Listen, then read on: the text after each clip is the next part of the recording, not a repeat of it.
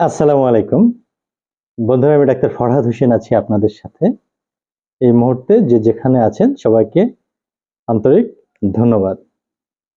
বন্ধুরা, গত ভিডিওতে ইন্টারকোর্সের অর্থাৎ ইন্টিমেট হওয়ার ক্ষেত্রে গুরুত্বপূর্ণ 3টি কৌশল বলেছিলাম এবং বলেছিলাম আরো 3টি কৌশল আছে যে 3টি অ্যাপ্লাই করলে ইন্টারকোর্সের টাইমিং বৃদ্ধি করা সম্ভব।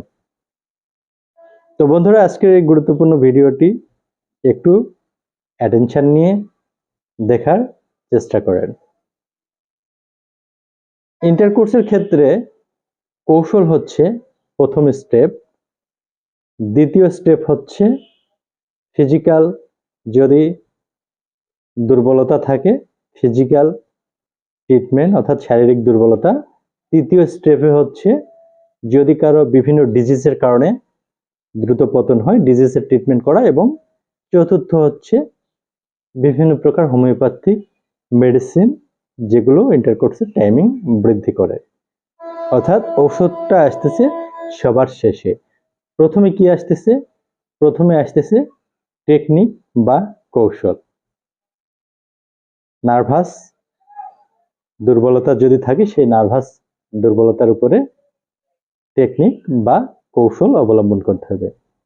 3টি কৌশলে প্রথম কৌশল হচ্ছে যখন আপনি ইন্টারকোর্সে মিলিত হতে গেছেন, ঠিক যে অবস্থায় আপনার বীর্যপাত হতে লাগতেছে সেই সময় নিজেকে নিয়ন্ত্রণ করে এবং পজিশন চেঞ্জ করবে। বেশ কয়েকটা পজিশন আছে, সেগুলো আলাদা ভিডিও আছে এবং ইউটিউবে বিভিন্ন ইনফরমেশন আছে, দেখে নেবেন কোন কোন পজিশনে মেলামেশা করা কমফোর্টেবল। এবার বেছে নিন আপনার কোন অবস্থানে ইন্টারকোর্স কমফোর্টেবল, সেই অবস্থানে আপনি পরিবর্তন করেন, অর্থাৎ অবস্থার চেঞ্জ করতে হবে। তাহলে আপনার হঠাৎ যে বীর্যপাত হওয়ার প্রবণতা ওটি থেমে যাবে। এটি ছিল কৌশল 4। আগের 3টি বাদ এটি কৌশল 4। এবং কৌশল 5 হচ্ছে নিজের বীর্যকে নিয়ন্ত্রণ করা। অর্থাৎ আপনি ইন্টারকোর্সে গেছেন, ঠিক যে মুহূর্তে বীর্যপাত হওয়ার আশঙ্কা সে মুহূর্তে নিজেকে নিয়ন্ত্রণ করেন এবং এই নিয়ন্ত্রণ করতে করতে কিছুটা বীর্যপাত করে নিতে পারেন। অর্থাৎ পুরা বীর্যপাত ঘটানো যাবে না, অল্প বীর্যপাত ঘটাইতে হবে এবং কিছুটা ধরে রাখতে হবে। এরপর নিজেকে নিয়ন্ত্রণ করেন, কিছুটা সময় ওয়েট করেন, স্টপওয়াচের মতো থেমে যান, দেন নতুন করে সময় নিয়ে 2-4 মিনিট সময় নিয়ে আবার শুরু করেন। সেকেন্ড টাইম দেখবেন আপনার কিছুটা বীর্যপাত হয়েছে কিন্তু কিছু বীর্য রয়ে গেছে, পেনিস আর নিস্তেজ হবে না, দীর্ঘক্ষণ আপনার ইন্টারকোর্সে টাইমিং পাবেন। এটি হচ্ছে দ্বিতীয় কৌশল।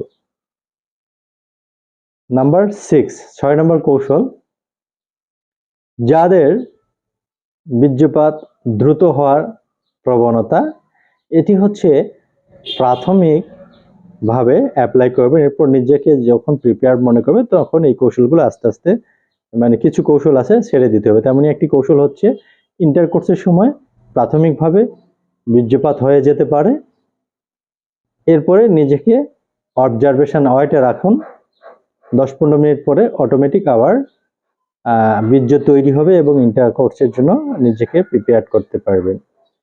অনেকে এরকম করে যে নিজে বীর্যপাত ঘটিয়ে ফেলে স্ত্রীর সাথে বা পার্টনার সাথে ইন্টিমেট হওয়ার আগে, এরপর দ্বিতীয়বার স্ত্রীর সাথে বা পার্টনারের সাথে ইন্টিমেট বা ইন্টারকোর্সে যায়। এটিও একটি ভালো টেকনিক। অর্থাৎ আপনার মধ্যে একটি আন্ডারস্ট্যান্ডিং তৈরি হলো, অর্থাৎ নিজের প্রতি একটা ফেথ আসলো যে আপনি দীর্ঘ সময় মিলিত হতে পারবেন। অর্থাৎ বীর্যপাত প্রথমবার ঘটানোর পরে 10-15 মিনিট পরে যখন ইন্টারকোর্সের জন্য প্রিপেয়ার্ড হবেন, যখন ইন্টারকোর্স করবেন তখন সেকেন্ড টাইমে সহজে বীর্যপাত হবে না। এতে করে আপনার পার্টনারকে আপনি হ্যাপি করতে পারলেন, কিন্তু আপনার একটা ফেথ বা আত্মবিশ্বাস তৈরি হলো যে আপনি নেক্সট টাইমে টাইমিং বৃদ্ধি করতে পারবেন। এইভাবে ডে বাই ডে নিজেকে প্রিপেয়ার করেন, দেখবেন একটা সময়ে দ্রুত পতনের যে সমস্যাটা সেটি আর থাকছে না। এগুলোই হচ্ছে রিয়েল টেকনিক। রিয়েল টেকনিকগুলো অবশ্যই ফলো করবেন। এরপর যদি নিজেকে প্রিপেয়ার করতে কোনো কারণে ফেল হন, you must go your nearest physician. Detail সমস্যাগুলো বলেন, হয়তো অন্য কোনো সমস্যা থাকতে পারে। আজকে এ পর্যন্তই। ভালো থাকবেন, নিরাপদে থাকবেন। আল্লাহ হাফেজ।